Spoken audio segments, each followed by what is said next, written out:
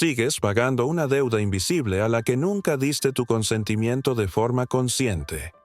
Sigues llamando. Sigues justificándote más allá del límite de tu dignidad. Sigues ajustando el tono, el ritmo, la expresión del rostro, todo tu estado interior, para que el ambiente familiar no se derrumbe. Parece necesario porque en algún momento de tu infancia aprendiste que tu sentido de pertenencia dependía de la gestión, no del amor, no del reconocimiento mutuo, de la gestión.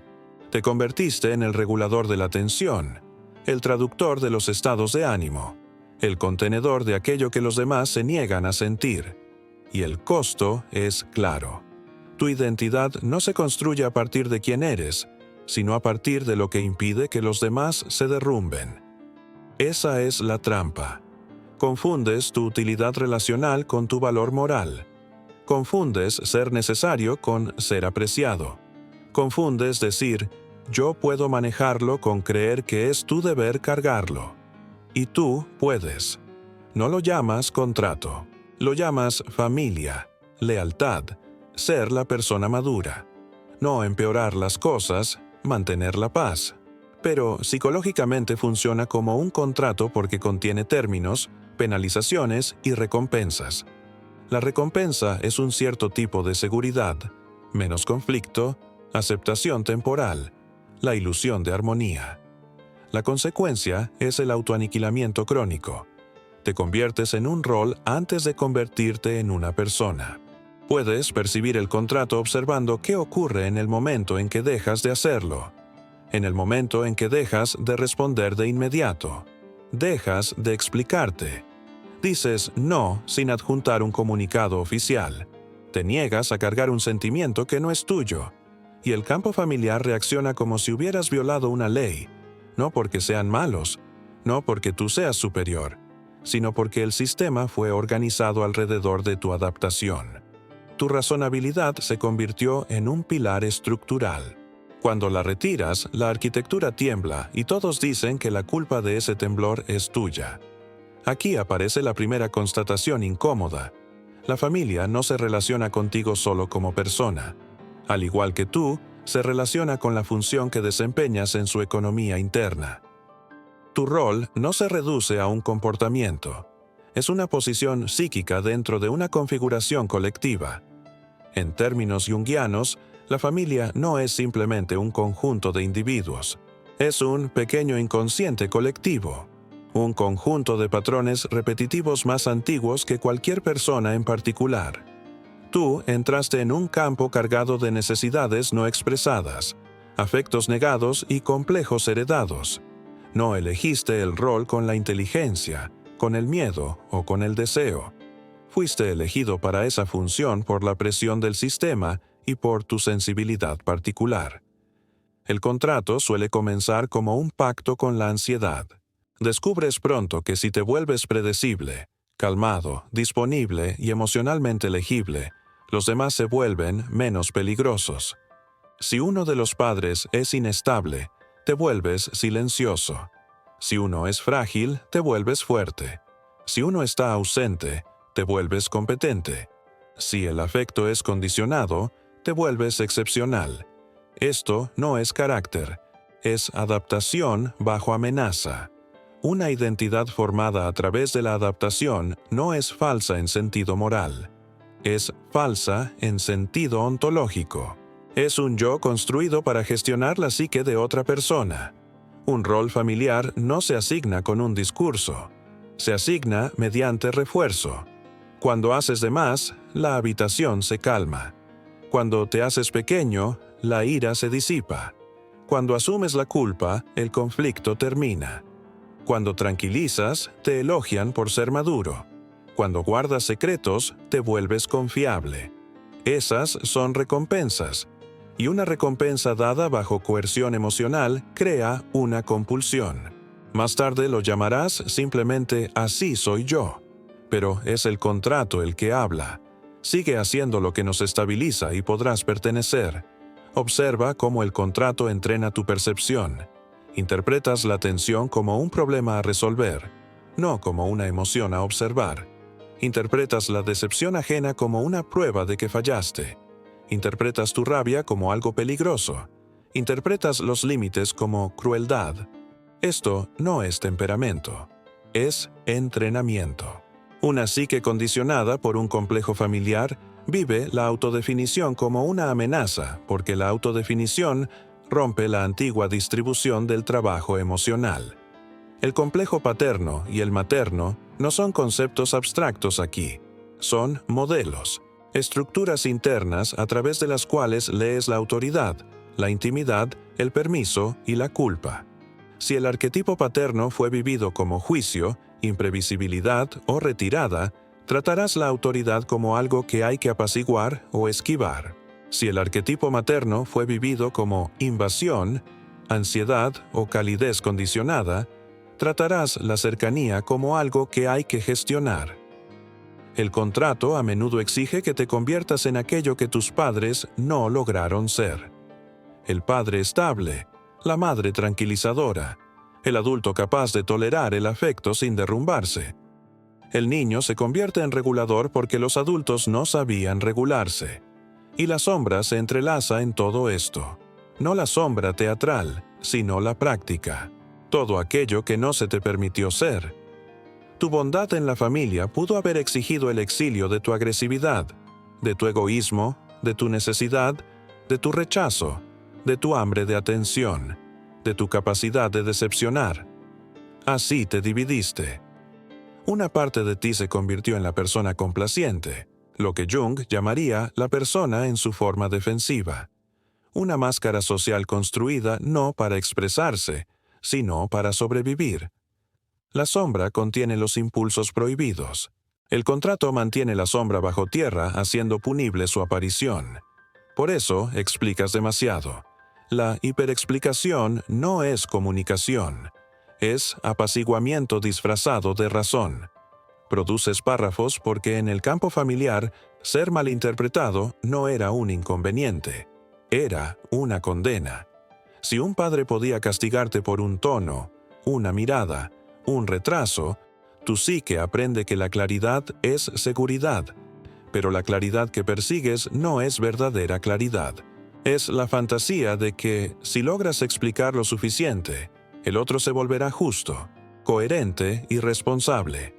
Esa fantasía es parte del contrato. Sigues invirtiendo lenguaje para comprar algo que debió haberte sido dado libremente, el reconocimiento básico. El contrato familiar también te entrena para aceptar la atribución errónea.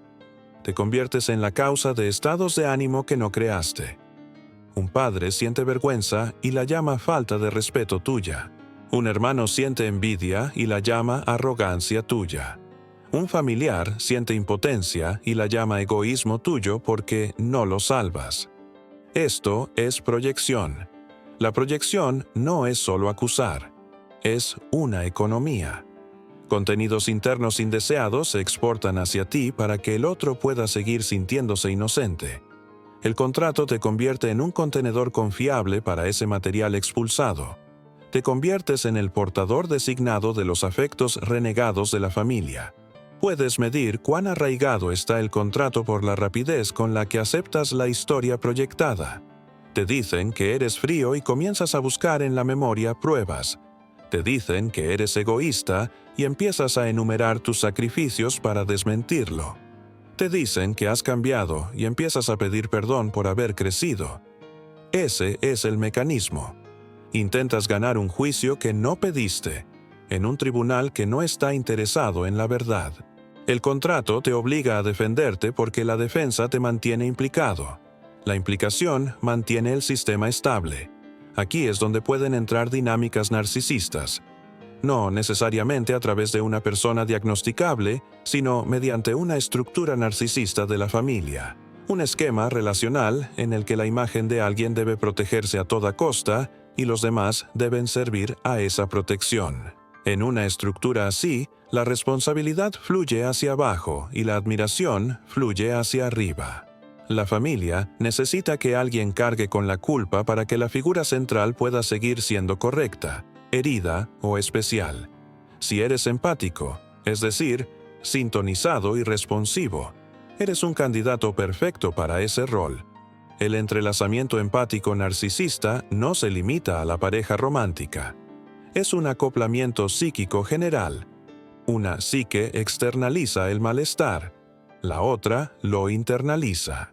Pudiste haber sido entrenado para funcionar como un objeto del yo, no como una persona separada, sino como un instrumento para la regulación ajena. Cuando están ansiosos, debes tranquilizar. Cuando sienten vergüenza, debes minimizar. Cuando están enfadados, debes disculparte. Cuando se sienten vacíos, debes proporcionar atención. Este es el contrato oculto. Tú existes para estabilizarme. Y si fallas, tú eres el problema. Por eso tus límites parecen una traición. No porque los límites estén mal, sino porque el contrato equipara tu separación con el peligro. El sistema también ofrece una identidad falsificada.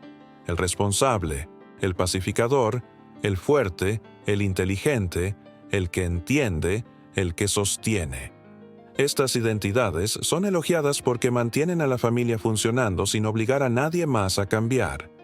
El elogio no siempre es amor. El elogio puede ser una correa de oro. Si tu valor está ligado a tu rol, perder el rol equivale a perder la existencia. Por eso sigues regresando incluso cuando sabes que te daña. El contrato te amenaza con un terror primitivo, el exilio. Observa con atención la ganancia emocional que el contrato te ofrece, porque no lo desmontarás fingiendo que no te dio nada. La ganancia puede ser una superioridad moral, la sensación de ser mejor porque resistes. Puede ser control, la sensación de que, gestionando a todos, nada te sorprende.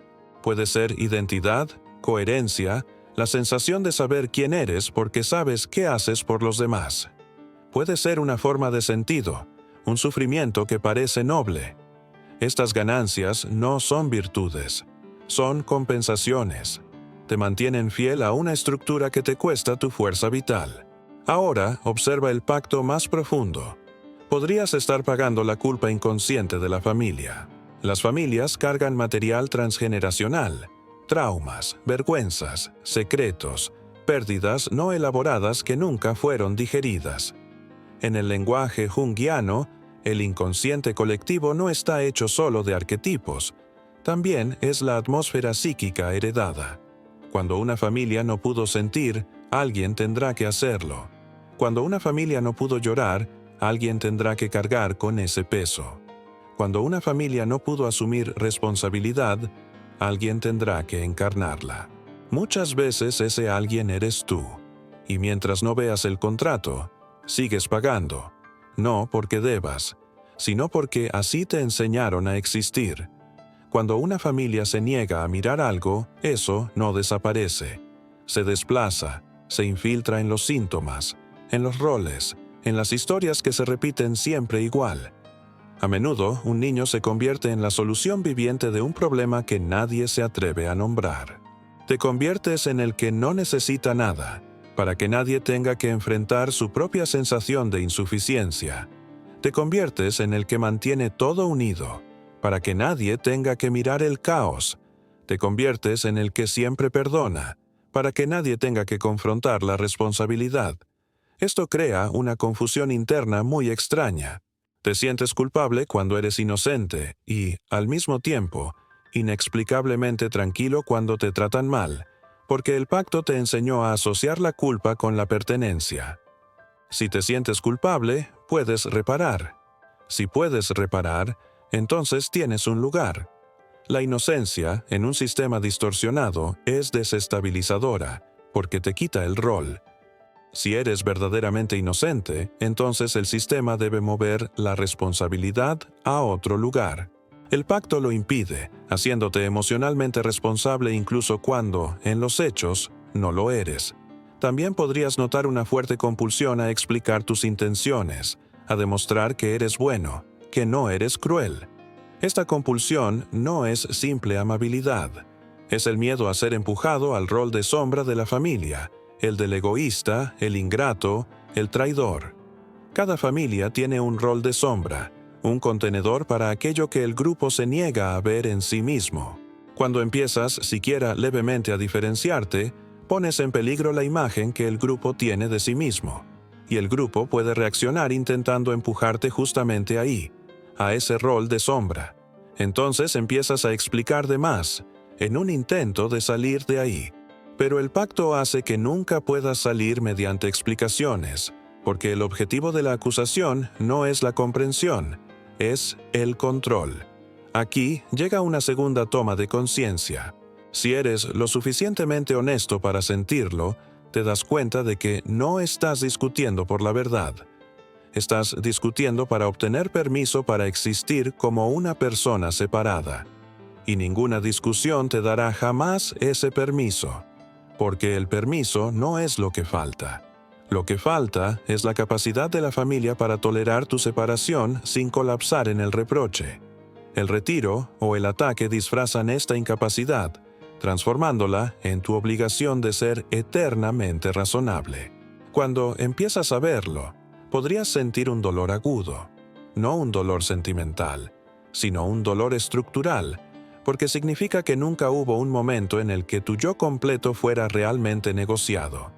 El pacto era implícito. Fuiste reclutado para el trabajo emocional antes incluso de tener palabras para comprenderlo.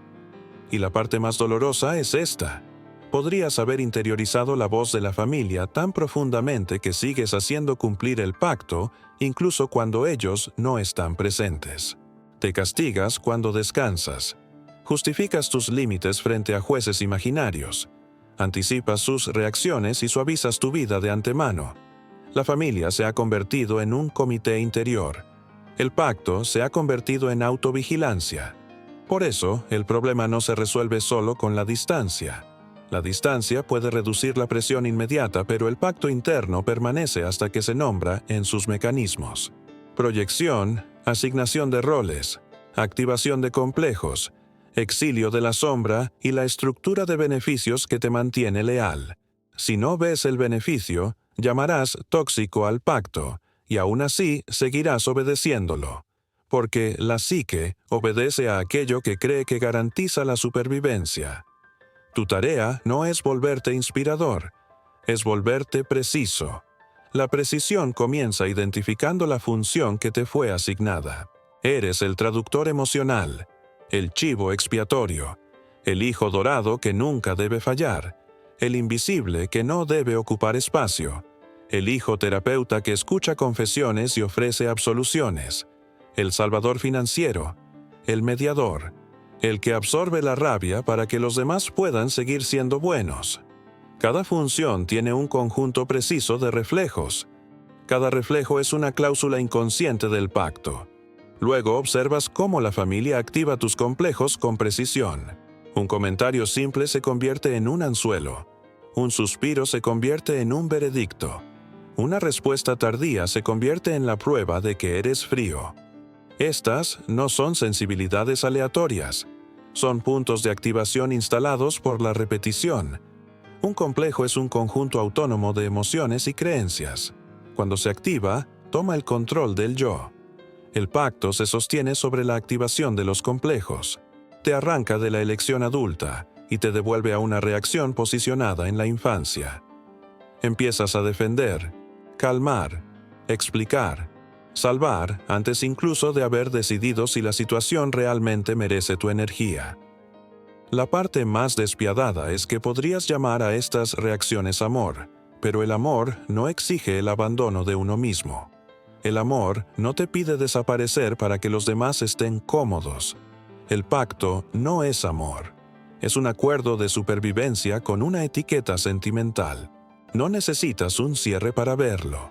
Necesitas la disposición de dejar de confundir familiaridad con verdad.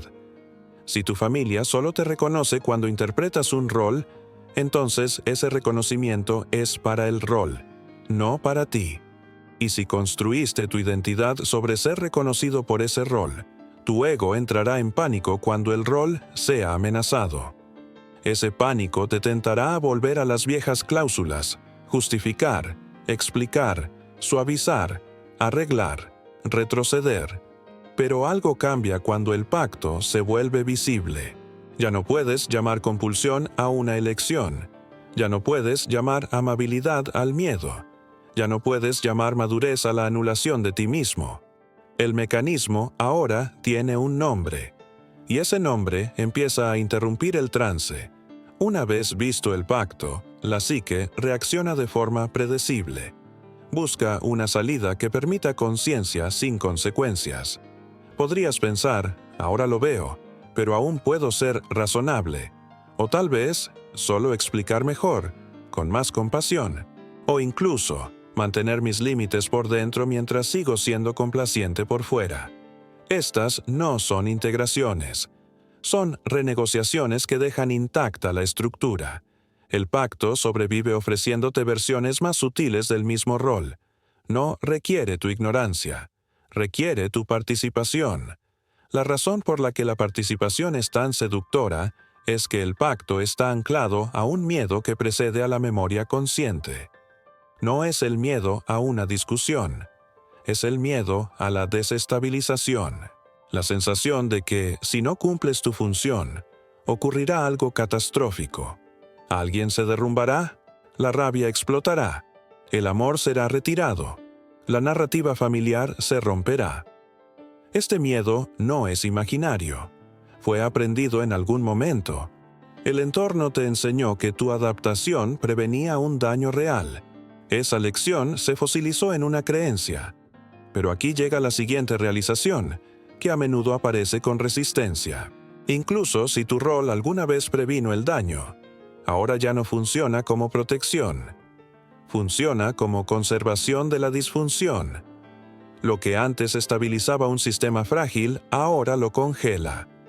La incapacidad de la familia para desarrollar responsabilidad emocional ha sido subsidiada por tu hiperfuncionamiento. Cuanto más tiempo continúa este subsidio, menos incentivo hay para que cualquier otro cambie. Esto no es crueldad de su parte, es dependencia estructural. La dependencia crea resentimiento en ambos lados.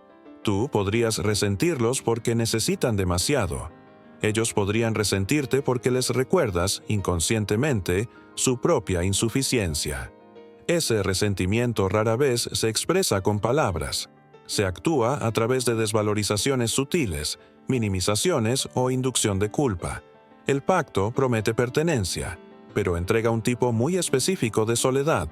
Estás rodeado, pero no encontrado. En esta etapa la proyección se intensifica, porque la conciencia amenaza el viejo equilibrio. Cuando empiezas a retirar tu obediencia automática, la psique familiar busca una explicación que preserve su propia imagen. Rara vez encuentra una precisa. En su lugar, identifica un defecto moral en ti. Eres frío, influenciado, arrogante, inestable, egoísta, ingrato, dramático. Ya no eres tú mismo. Estas etiquetas no son diagnósticos. Son maniobras defensivas. Transforman tu diferenciación en patología, para que el sistema no tenga que examinarse a sí mismo. Observa cuán rápido te sientes tentado a refutarlas. Quieres llevar pruebas, explicar contextos, demostrar que no eres así. Pero cada intento de defenderte te vuelve a colocar dentro del mismo contrato, porque aceptas la premisa de que debes justificar tu derecho a existir como eres. El punto no es ganar la discusión. El punto es ver que la discusión misma es parte del mecanismo. Cuando lo ves con claridad, algo se reorganiza lentamente por dentro, no de forma heroica ni ruidosa, sino con una sobriedad profunda. Empiezas a sentir la diferencia entre responder y reaccionar, entre elegir y obedecer, entre cuidar y sacrificarte. El pacto pierde fuerza no cuando lo atacas, sino cuando dejas de alimentarlo con tu participación automática. Y eso, aunque al principio genere incomodidad, es el inicio de una libertad que no necesita permiso. Intentas probar. Quieres aclarar tus intenciones. Quieres demostrar continuidad. Decir, sigo siendo la misma persona. Pero la acusación no tiene que ver con los hechos. Tiene que ver con restaurar la posición antigua. Si desmontas una acusación, aparecerá otra. El pacto no se mantiene con lógica. Se mantiene a través del efecto, la vergüenza, la culpa, el miedo al abandono. Es aquí donde la sombra se activa de una forma nueva. Antes, la sombra contenía tu rabia, tu rechazo y tu prioridad personal, porque expresarlos amenazaba el vínculo. Ahora que empiezas a ver el pacto, esas cualidades empujan hacia arriba. Puedes sentir irritación sin un objeto claro. Puedes sentir desprecio por patrones que antes tolerabas. Puedes fantasear con desaparecer o cortar los vínculos de forma brusca. Estos impulsos no son sabiduría, pero sí son información. Señalan cuánta energía psíquica fue suprimida para que el pacto siguiera funcionando. Si moralizas estos impulsos, llamándolos malos, poco amorosos o inmaduros, los devuelves a la sombra, donde reaparecerán de forma indirecta como agotamiento, cinismo o explosiones repentinas. Si los romantizas, convirtiendo la rabia en identidad, corres el riesgo de oscilar de la sumisión al contracontrol. Ninguno de los dos caminos resuelve el mecanismo. La tarea es reconocer sin actuar, ver qué contiene la sombra y por qué fue desterrada. Los complejos paternos y maternos suelen reaparecer aquí con una fuerza sorprendente. Puedes notar que afirmarte a ti mismo te hace sentir como si estuvieras desobedeciendo a un padre, incluso si la persona frente a ti es un hermano, una pareja o un colega. Se activa la imagen interna de la autoridad o del cuidado. Te sientes pequeño, imprudente o cruel por desear autonomía. No porque la autonomía sea incorrecta, sino porque históricamente fue castigada o asociada a la pérdida. En familias donde el complejo paterno es dominante y sigue moldeando el sentido de valor y seguridad, este patrón se vuelve especialmente fuerte. Cuando no está resuelto, la separación se vive como una traición. La autoridad se percibe como frágil. Cuestionarla parece peligroso. En familias donde el complejo materno es dominante y no está resuelto, la separación se equipara al abandono. Cuidar de los demás se vuelve obligatorio. La individuación se siente como un asesinato. Estas no son exageraciones a nivel del inconsciente. La psique del niño vive la ruptura relacional como aniquilación. La psique del adulto todavía lleva esa huella dentro de sí. Por eso, el contrato es tan eficaz. Recluta tu sistema nervioso. El cuerpo reacciona antes que el intelecto. Un límite simple puede desencadenar una ola de ansiedad que parece desproporcionada respecto a la situación. Puedes interpretar esa ansiedad como la prueba de que estás haciendo algo mal. En realidad, es la prueba de que estás haciendo algo no familiar. El cuerpo está reaccionando a la pérdida de un patrón conocido, no a un fracaso moral. Aquí emerge otro mecanismo, el colapso de la identidad, la ansiedad. Si has sido el que entiende, el que mantiene todo unido, el que perdona, retirar ese rol crea un vacío temporal. Puedes preguntarte quién soy yo si ya no hago esto. El contrato no organizaba solo las relaciones, organizaba tu concepto de ti mismo. Sin él puedes sentirte indefinido, egoísta o vacío. Ese vacío no es una patología, es la ausencia de una estructura falsa.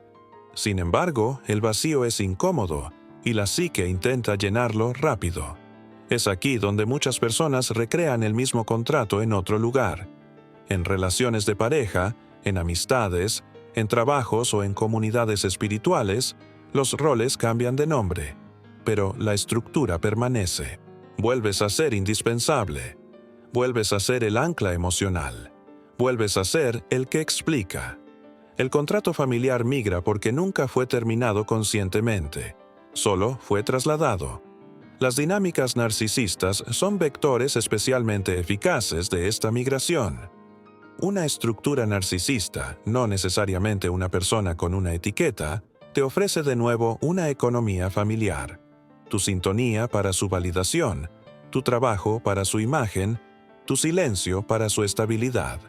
Te resulta reconocible. Sabes cómo sobrevivir ahí. El contrato susurra. Al menos aquí conoces las reglas. En este punto puede surgir una realización sobria. Tu lealtad al contrato no es principalmente lealtad a la familia. Es lealtad a tu identidad adaptada. Proteges el rol porque sin él enfrentas incertidumbre, duelo y la tarea de construir un yo que no es inmediatamente útil para los demás. El contrato te ahorró ese trabajo durante mucho tiempo. Te dio un propósito ya hecho. El propósito, incluso cuando duele, puede generar dependencia. También hay una ganancia más sutil, la inmunidad moral. Mientras seas el que se sacrifica, no tienes que arriesgarte a ser el que hiere. Mientras seas el que entiende, no tienes que enfrentar tu agresividad. Mientras seas el que explica, no tienes que tolerar la incomprensión. Estas inmunidades parecen virtuosas, pero mantienen partes de ti sin desarrollar. También te impiden encontrarte con la fricción ordinaria de las relaciones adultas, donde la incomprensión, la decepción y el conflicto no son señales de fracaso, sino condiciones de la realidad. El inconsciente colectivo refuerza esta trampa premiando el autosacrificio con narrativas culturales de virtud. Las familias a menudo visten el contrato con un lenguaje moral. La familia es lo primero. La sangre es más fuerte que el agua. Eres tan fuerte. Eres el único que entiende. No seas egoísta. Estas frases no son neutrales. Activan imágenes arquetípicas de deber, lealtad y bondad. Cuando los arquetipos se usan de forma defensiva, se convierten en instrumentos de control en lugar de fuentes de significado. Puedes notar que cuando hablas desde tu punto de vista sin traducirte, la respuesta no es curiosidad, sino acusación. Esto es diagnóstico. Indica que el sistema no está interesado en tu realidad interior. Está interesado en restablecer el equilibrio. Un sistema que valora la relación más que la regulación puede tolerar la diferencia. Un sistema que valora la regulación más que la relación vive la diferencia como una amenaza. En esta fase, la compulsión a justificarse suele intensificarse porque lo que está en juego parece mayor. Ya no solo estás gestionando estados de ánimo, estás cuestionando estructuras identitarias. La historia que la familia cuenta sobre sí misma puede depender de tu rol. Si sales de ese rol, alguien más puede tener que enfrentar su propia evitación, su dependencia o su agresividad. Este enfrentamiento suele ser rechazado con fuerza. Puedes oír que estás pensando demasiado, que estás influenciado, que estás creando problemas. Estas afirmaciones sirven para colapsar la complejidad en simplicidad. Implican que el problema es tu percepción, no la estructura. Si aceptas este marco, el contrato se reinicia. Si lo rechazas con desprecio, corres el riesgo de volverte reactivo. La posición intermedia es menos dramática y más difícil. Ver la maniobra sin necesidad de derrotarla. Aquí es donde el concepto de responsabilidad necesita ser aclarado. Fuiste entrenado para asumir responsabilidad por resultados que no son tuyos. La verdadera responsabilidad se limita a lo que controlas, tus acciones, tus límites, tu participación. No eres responsable de la regulación emocional, la autoestima o la interpretación de otro adulto. El contrato confundió deliberadamente este límite. Te enseñó que responsabilidad equivale a reactividad. Esa ecuación debe ser desmontada. Desmontar no requiere confrontación. Requiere retirar la conformidad automática. Requiere tolerar la incomodidad de no arreglar lo que no es tuyo. Requiere soportar la mala interpretación sin correr a corregirla. Estas no son técnicas. Son consecuencias de una posición interna cambiada. Si todavía sientes la necesidad de anunciar tus límites con explicaciones elaboradas, el contrato sigue activo. El silencio, la brevedad y la coherencia revelan más que las declaraciones. Mientras practicas esto, puedes vivir un nuevo tipo de duelo. La realización de que la familia quizá nunca te encuentre tal como eres. No porque no explicaste lo suficiente, sino porque encontrarte les exigiría renunciar a los beneficios del antiguo arreglo. Este duelo no es autocompasión. Es el llanto por la pérdida de un futuro imaginado en el que el reconocimiento llega si resistes un poco más. La psique suele resistirse a este duelo transformándolo en rabia o superioridad. Ambas son defensas. La rabia externaliza el dolor. La superioridad lo anestesia. Ninguna permite ver con claridad. Ver con claridad reconoce el límite sin colapsar. Acepta que algunas relaciones están estructuradas alrededor de roles más que de reciprocidad y que ninguna cantidad de conciencia convertirá una estructura que está invertida en no cambiar. Lo que emerge en lugar del contrato no es libertad inmediata, es ambigüedad. Puedes sentirte menos atrapado, pero también menos anclado. Esto no es regresión. Es el estado intermedio entre la adaptación y la individuación. La individuación, en términos junguianos, no es la expresión de uno mismo sin consideración por los demás. Es la alineación entre la vida interior y la exterior, de modo que los roles ya no sustituyen a la identidad. Esta alineación no puede acelerarse ni representarse para obtener aprobación. Si eres honesto, puedes notar la tentación de buscar confirmación de tu claridad, de contar tu historia, de ser reconocido como el que tiene razón. Es comprensible. Pero si la validación se vuelve necesaria, el contrato solo ha cambiado de público. La claridad no necesita testigos para ser real, necesita coherencia. El contrato familiar pierde poder no cuando se desenmascara de forma dramática, sino cuando deja de obedecerse de manera refleja. Cada vez que notas el impulso de explicar y te detienes, algo se afloja. Cada vez que eliges no traducirte para ser aceptado, algo se reordena. El cambio no ocurre en el ruido. Ocurre en esa quietud incómoda donde ya no actúas desde el viejo acuerdo, aunque todavía no exista uno nuevo. Cuando eliges no hacerlo, algo se mueve. Cada vez que permites que otra persona sienta su propia decepción sin salvarla, algo se mueve. Cada vez que rechazas aceptar la culpa proyectada, algo se mueve.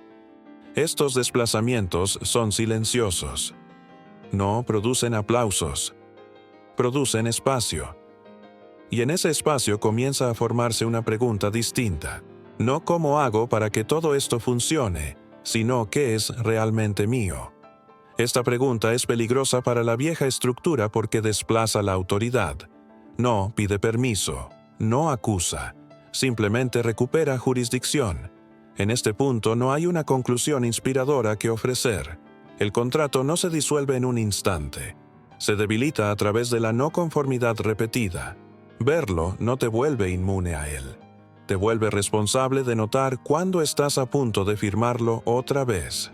A medida que el contrato se debilita por la no conformidad, se vuelve visible otra capa, a menudo más inquietante que el pacto original.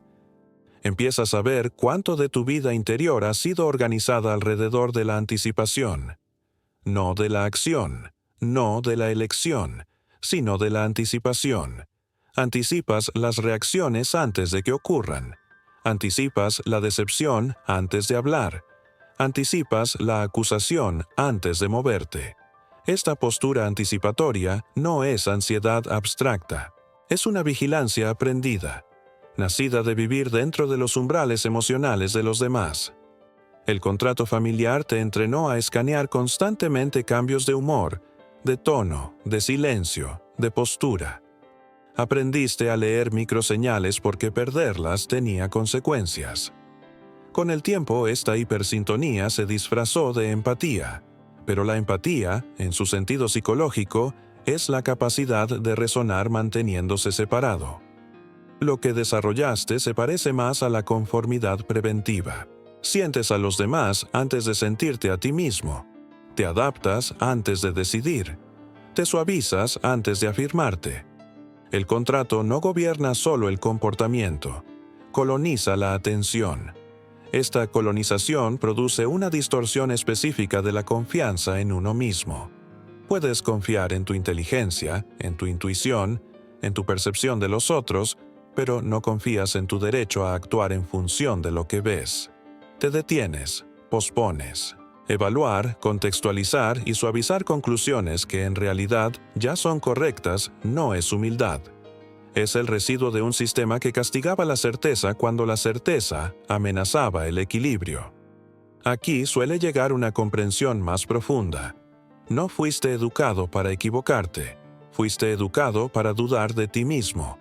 El pacto no te pedía abandonar la percepción, te pedía suspenderla, mantenerla provisional, negociable. Por eso la claridad parece peligrosa. La claridad cierra la negociación, derrumba el espacio en el que el pacto funciona. Cuando la claridad emerge, la proyección se intensifica y al mismo tiempo te recuerda algo esencial. La proyección no es aleatoria, golpea tu fortaleza. Si te acusan de ser frío, es porque te estás volviendo menos manipulable. Si te acusan de ser egoísta, es porque ya no estás dando de más. Si te acusan de ser distante, es porque tu disponibilidad emocional ya no es automática. La acusación revela lo que se está perdiendo. Aquí muchas personas interpretan mal lo que está ocurriendo. Creen que están siendo castigadas porque se están volviendo crueles. En realidad, son castigadas porque se están volviendo opacas. Los sistemas basados en la extracción emocional necesitan transparencia. Necesitan acceso. Necesitan que te expliques, para que tus intenciones puedan ser evaluadas, corregidas o neutralizadas. Cuando dejas de explicarte, interrumpes el proceso de extracción. Esta interrupción es vivida como una amenaza. La sombra ahora cambia de posición. Antes contenía agresividad y rechazo. Ahora puede empezar a contener vulnerabilidad. ¿Puedes notar una extraña sensación de exposición cuando dejas de interpretar el papel? Ya no hay guión. Sin guión, no puedes prever cómo serás recibido. Esta exposición no es debilidad, es ausencia de armadura. El pacto te proporcionaba una armadura diciéndote exactamente quién debías ser. Sin ella, debes tolerar la incertidumbre. Aquí es donde la identidad formada a través de la adaptación muestra su límite. La adaptación produce funcionalidad, no solidez. Crea un yo que funciona, no un yo que descansa. Cuando la identidad adaptativa se afloja, puedes sentir por primera vez cuánto estás cansado. No por el esfuerzo, sino por la vigilancia. Una vida organizada en torno a prevenir la ruptura es agotadora. El cuerpo carga con este cansancio incluso cuando la mente lo llama normalidad. La familia puede reaccionar a tu retirada con relatos de preocupación. Estamos preocupados por ti. Has cambiado. Esto no es propio de ti. Estas frases parecen cuidadosas, pero a menudo esconden una petición de restauración. Encuadran tu diferenciación como un declive. Si aceptas este marco, intentarás tranquilizarlos volviendo a la forma anterior. Si lo rechazas con hostilidad, refuerzas su convicción de que has cambiado para peor. Ninguna de las dos respuestas modifica la estructura. Solo la coherencia lo hace. La coherencia no es rigidez. Es una alineación repetida entre la decisión interior y la acción exterior. Es decir, menos y significar más. Es tolerar la incomodidad de no corregir interpretaciones falsas. Es permitir que el silencio haga lo que antes hacía la explicación. El silencio aquí no es castigo, es ausencia de trabajo. Esta ausencia revela otra verdad incómoda. Mucho de lo que creías que era reciprocidad era en realidad dependencia de tu participación. Cuando dejas de participar, algunas relaciones se adelgazan. Este adelgazamiento puede parecer una pérdida, pero es más correcto llamarlo exposición. La relación se muestra tal como es realmente, no como fue imaginada. En esta fase, la culpa a menudo cambia de forma. Se vuelve menos aguda, pero más difusa. Puedes sentirte culpable no por lo que hiciste, sino por lo que ya no estás haciendo. Esta culpa es abstracta porque la ofensa no está definida. No estás rompiendo una regla. Estás saliendo de un patrón. A la psique no le gusta la pérdida de patrones. La interpreta como peligro. El pacto aprovechaba esta preferencia. Ahora debes soportar su ausencia. Aquí, el inconsciente colectivo añade otra presión. El arquetipo del buen hijo. Este arquetipo es poderoso porque promete armonía a través de la obediencia. Equipara la bondad con la conformidad. Las familias lo evocan inconscientemente cuando perciben una pérdida de control. Puedes ser recordado por cómo eras antes, como si la madurez fuera regresión y la regresión fuera virtud. Esto no es nostalgia, es aplicación arquetípica. Si no tienes cuidado, puedes empezar a representar una versión más sutil del rol, aparentando autonomía pero permaneciendo emocionalmente disponible para la regulación ajena. Esto es conformidad parcial. Reduce el conflicto abierto pero conserva la dinámica central. La prueba es simple pero difícil. Cuando alguien está en dificultad, sientes una obligación inmediata de arreglar las cosas. Si es así, el pacto aún tiene palanca. Aquí la responsabilidad debe redefinirse otra vez. La responsabilidad no es reactividad. La responsabilidad es responder por las propias acciones y por sus consecuencias previsibles, no por los estados emocionales de los demás. El pacto las confundió para mantenerte involucrado. Separarlas al inicio parece frialdad, porque antes el calor se usaba como moneda. Esta frialdad suele ser llamada con nombres equivocados. Otros pueden definirla como distanciamiento o indiferencia. En realidad es claridad de límites. Ya no estás entrando en transacciones emocionales sin consentimiento. Ese consentimiento nunca fue pedido, se daba por hecho. Ahora, ese descuento ya no existe. Puedes notar un aumento del diálogo interno que intenta justificarse ante un público imaginario. Es la familia interiorizada hablando. Aún no ha aprendido que la explicación ya no es necesaria. Cada vez que notas este diálogo y no le obedeces, debilitas el pacto interno. El externo no puede sobrevivir sin el interno. A medida que este cambio interno se consolida, puedes sentir una extraña soledad incluso cuando no estás solo. Esta soledad no es ausencia de personas, es ausencia de rol. Aún no estás acostumbrado a existir sin ser necesario. La psique interpreta esto como vacío. Pero el vacío, en este contexto, es espacio no ocupado. Es la primera vez que tu vida interior no está alquilada. Aquí surge la tentación de llenar de inmediato este espacio con productividad, nuevas relaciones o certezas ideológicas. Llenar el espacio recrea una estructura sin examinarla. Permitir que el espacio permanezca inestable permite que surja algo distinto. La preferencia. La preferencia es distinta de la obligación. La preferencia dice, elijo esto. No, esto es requerido. La preferencia no tiene lugar en el pacto. Al pacto no le interesa lo que prefieres, le interesa lo que proporcionas. Cuando la preferencia empieza a guiar la acción, el viejo sistema pierde coherencia. Puedes encontrarte rechazando invitaciones sin explicaciones, retirándote de conversaciones que se deslizan hacia la culpa, o dejando que los malentendidos permanezcan. Estos gestos no son dramáticos, simplemente ya no reaccionan a la coerción. En este punto, la familia puede intensificar. La intensificación no es una prueba de que estés equivocado, es la prueba de que el nivel anterior de control ya no funciona. La intensificación puede tomar muchas formas. Culpa amplificada, afecto repentino, apelaciones morales o crisis que piden tu regreso. No toda crisis es manipulativa, pero el pacto te ha entrenado a responder a la urgencia como obligación, y ahora aprender a no hacerlo es parte del proceso.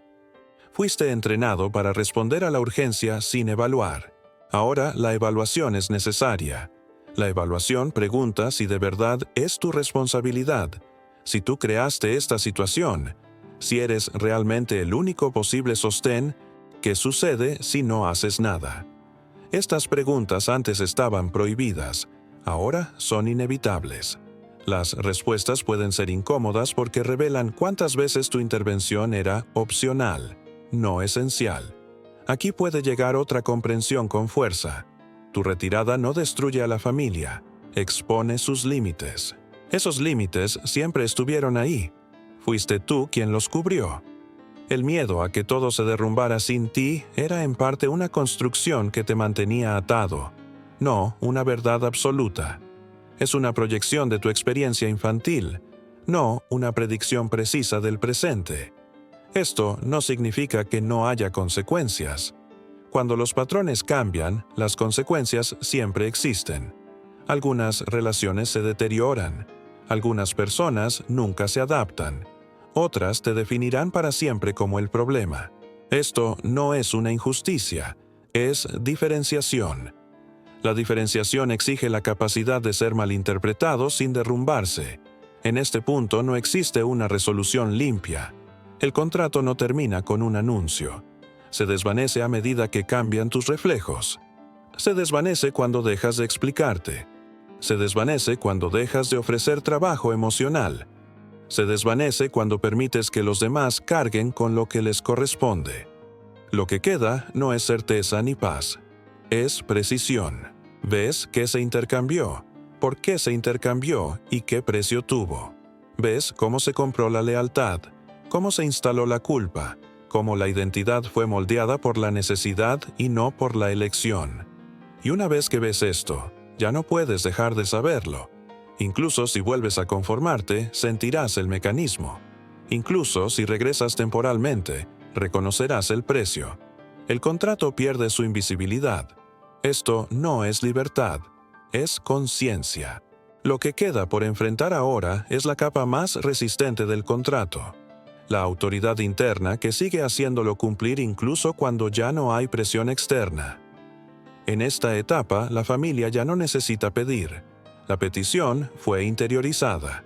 Te controlas, te corriges, frenas con anticipación impulsos que podrían alterar el equilibrio imaginado.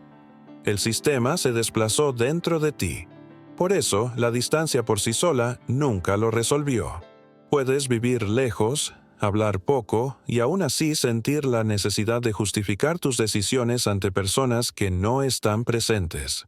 Puedes imaginar conversaciones que nunca ocurrirán y ensayar explicaciones que nunca serán solicitadas. Esto no es rumiación. Es obediencia a un tribunal interiorizado cuyas reglas fueron escritas antes de que pudieras dar consentimiento. Ese tribunal está construido por figuras interiorizadas, representaciones internas de la autoridad parental, del juicio familiar y de la expectativa colectiva. No pregunta si algo es verdadero, pregunta si es aceptable.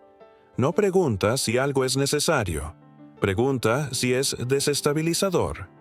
El contrato sobrevive mientras esta autoridad interior permanezca incuestionada.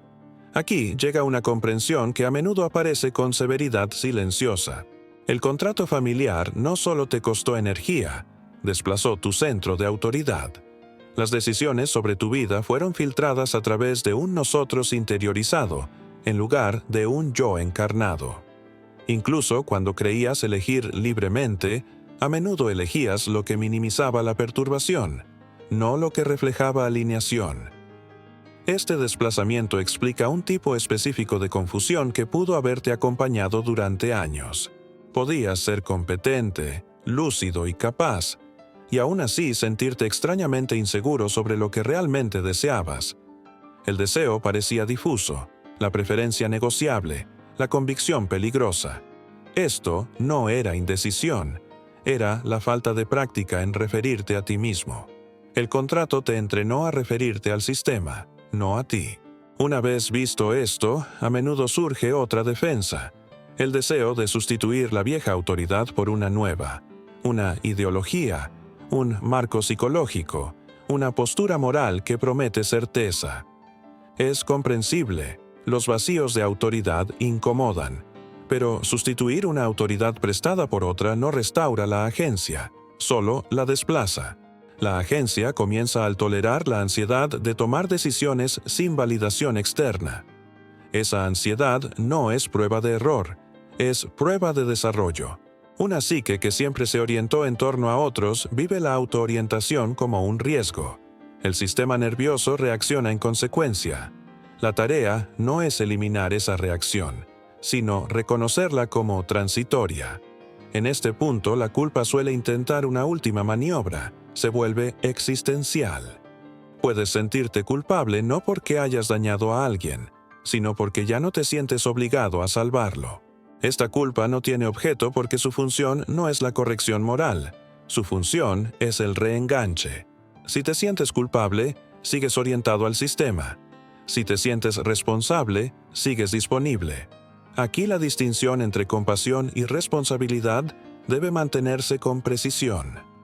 La compasión te permite ver el sufrimiento sin absorberlo. La responsabilidad absorbe el sufrimiento y lo trata como un deber. El contrato las confundió deliberadamente. Te enseñaron que cuidar significaba cargarte. Esta ecuación debe disolverse, o la culpa seguirá disfrazándose de virtud. Se hace visible otro mecanismo, la dependencia de la familia de tu previsibilidad. La previsibilidad suele confundirse con confiabilidad. En realidad, la previsibilidad es control. Cuando los demás saben exactamente cómo reaccionarás, pueden organizarse alrededor de tu respuesta sin autoexamen. Tu imprevisibilidad, tu negativa a desempeñar el papel, los obliga a entrar en contacto consigo mismos. Ese contacto es incómodo. El contrato existía para evitarlo. Puedes notar que cuando dejas de ser predecible, los demás se vuelven ansiosos, críticos o de repente muy atentos. Ninguna de estas respuestas es prueba de tu importancia ni de tu crueldad. Son señales de recalibración. El sistema está probando si las reglas antiguas siguen vigentes. Si retomas el rol, aunque sea por poco tiempo, el sistema se estabiliza de inmediato. Esa estabilización puede sentirse como alivio, pero es un alivio comprado con regresión. Cada vez que vuelves, el contrato se aprieta. Cada vez que resistes, se afloja gradualmente. No existe un punto de ruptura dramático, solo existe la repetición. En este punto, otra verdad puede volverse inevitable. No estabas protegiendo realmente a la familia del colapso, la estabas protegiendo del cambio. Colapso y cambio se sienten similares para los sistemas que dependen de la inmovilidad. La narrativa de supervivencia familiar pudo haber presentado la adaptación como sacrificio y la diferenciación como amenaza. Esa narrativa mantuvo a todos en su lugar. Esto no significa que la familia sea conscientemente manipuladora. La mayoría de los contratos son inconscientes. Son patrones heredados que se repiten a través de personas que creen actuar libremente. La culpa no añade nada aquí. La claridad, sí. La claridad revela que tu sufrimiento era funcional. Servía a un propósito. Ese propósito no era tu crecimiento. Era el mantenimiento del equilibrio. Una vez visto esto, el sufrimiento pierde su aura moral. Se convierte en información. Con esta claridad llega una tarea más sobria. Decidir en qué tipo de relaciones estás dispuesto a participar. Ahora, no reparar las viejas, no educar a los demás, sino elegir los términos con los que te comprometes, términos que no requieren que desaparezcas, términos que no exigen explicaciones constantes, términos que permiten el malentendido sin castigo. Puede que descubras que algunas relaciones no pueden existir bajo estas condiciones. Esto no es una tragedia, es una revelación. La relación dependía de un contrato que ya no estás dispuesto a firmar. No hay una ceremonia para este rechazo. Se ejecuta a través del comportamiento, no con un anuncio. Internamente el contrato puede intentar reafirmarse en momentos de estrés. El cansancio baja la resistencia. La nostalgia suaviza la memoria. La crisis intenta el regreso.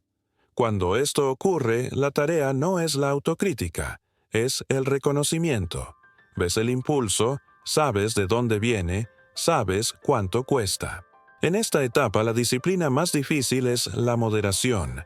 No la moderación de la ira o de la palabra, sino la moderación de la autoanulación. Resistes el impulso de justificar tu existencia. Resistes el impulso de ser comprendido a cualquier precio. Resistes el impulso de intercambiar tu alineación interna por una calma externa.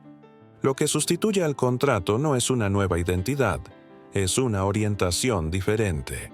Te refieres primero a ti mismo, no de manera agresiva ni defensiva, simplemente factual. Te preguntas qué puedes hacer. no que deberías absorber. Actúas desde la elección, no desde el reflejo. Esta orientación al principio parecerá desnuda. Carece de la densidad familiar de la obligación. No hay garantía de que esto te haga simpático, admirado o incluido. Esos eran beneficios de la conformidad. Lo que ofrece en cambio es coherencia. Tus acciones se alinean con tus percepciones. Tus palabras se alinean con tus límites. Tu silencio se alinea con tu negativa a desempeñar un papel. Y hay una última claridad que no llega como intuición, sino como consecuencia. Cuando dejas de vivir dentro del contrato, lo ves en todas partes, en otras familias, en los lugares de trabajo, en relaciones construidas sobre la extracción emocional. Reconoces rápidamente las señales, la presión para explicarte, la exigencia de ser razonable frente a la distorsión, la confusión entre cuidado y conformidad. Este reconocimiento no te obliga a intervenir, simplemente te impide confundir estas dinámicas con intimidad.